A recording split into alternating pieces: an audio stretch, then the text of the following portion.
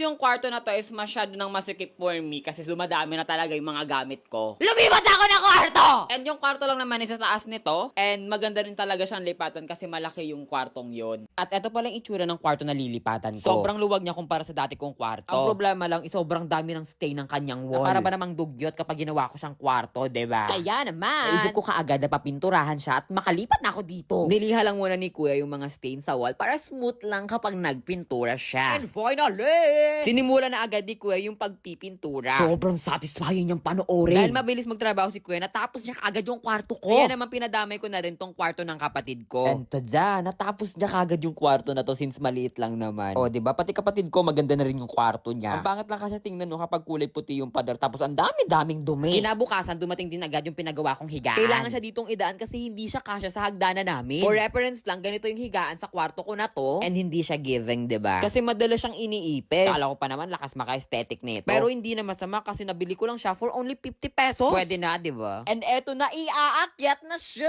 Medyo challenging lang siya kasi kuya, baka malaglag ka dyan. At sa mga nagtatanong kung bakit hindi ako tumutulong at nagbibideo lang, malamang kailangan ko ma-reimburse yung gastos ko sa kama na to. Kasi kulang-kulang 10,000 din tong kama na to, no? Hindi ko alam kung anong kahoy yung ginamit yan, pero as in maganda siya. Yung tipong kahit mag-unli bang ka dyan ako, hindi siya masisirate. And finally, nandito na yung master's bedroom ko!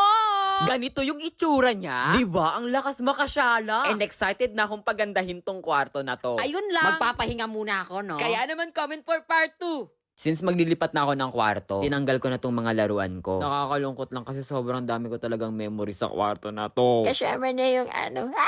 Kung mapapansin ninyo, sobrang dami ko na rin talagang gamit. And halos naging bodega na talaga tong kwarto na to. Kaya ayun, napagdesisyonan kong lumipat ng kwarto. Yung kwarto kasi nalilipatan ko, isa taas lang naman ang bahay. And halos walang gumagamit nun. Kaya napagdesisyonan kong ako na lang mag-occupy. Diniclutter ko na rin yung iba kong mga gamit na hindi ko naman masyadong nagagamit. At binigay ko sa mga friends ko kasi naman matambak na siya dito sa bahay, diba? 2 years na rin pala tong table na to sa akin. And kailangan ko na siyang itapon. Kasi sira na talaga yung paa niya. Kaya naman sobrang mamimiss ko talaga yung table ko na to. Kasi imagine, ito talaga nagiging patungan ko kapag nagfi-film ako. Dito ako nag-aayos. And naging tahanan na rin talaga siya ng mga laruan ko. Kaya naman you will be missed, Mr. Table. Kinabukasan, nagpasama lang ako sa kaibigan ko. Kasi bibili kami ng bagong table. Piling main character si Bakla. Nakarating din kami dito and sobrang dami talagang gamit. Umikot lang ako para maghanap ng magandang table. And eto yung una kong nakita. Maganda naman siya pero masyado siyang puti. Marumihin, ayoko nun. Eto yung next. O, diba? Ang shala ng glass niya. Pero parang masyado siyang maliit. Diba? Ang dami ko talagang gamit. Pero maganda siya, ha? And napadpad ako dito kasi feel ko eto talagang hinahanap ng puso ko. Pumili lang ako ng kulay na gusto ko. And eto yung napili ko. Nuha ko na agad siya kasi baka maagawan ako. Naka 20% off pala sila kaya nakuha ko lang siya for only 6,500. And ayan na! Nilalagay na nila kuya sa kwarto ko. And habang pinapanood ko to, na-excite talaga kung lagyan na sila ng mga kung ano-ano. O, diba? Mayroon na tayong table at higaan. Sobra talaga akong nai-inlove sa table na to. Sobrang ganda niya!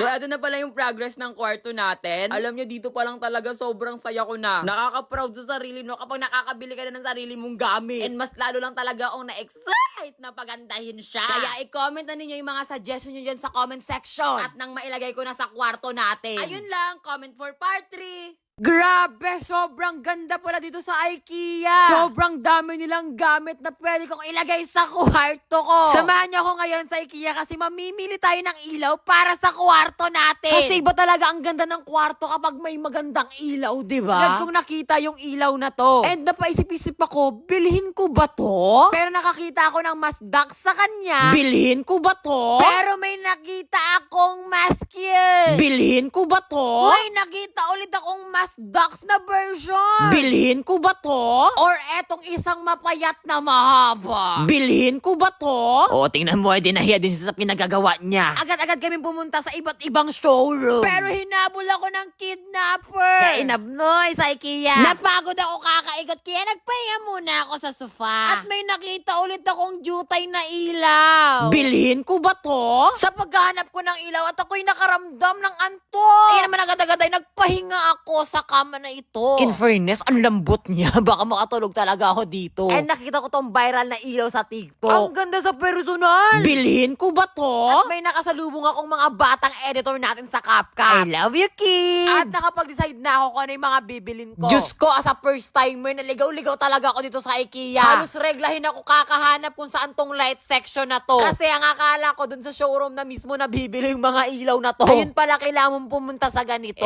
Syempre, ano ba namang alam ko? First time di ba? Ayan, kung makikita nyo, natutulala na siya dahil 16,129 lang naman yung bill niya. Diba, kahit sino mapapatulala ng ganito. Hayaan nyo na lang muna kung matulala sa lahat ng gastos ko. Kaya naman, comment for part 4! Gumastos lang naman ako ng 16,000 para lang sa ilaw ng kwarto natin na to. Kaya naman ngayon i-assemble natin sila para magkabuhay na tong kwarto na to mamayang gabi. At ayan na!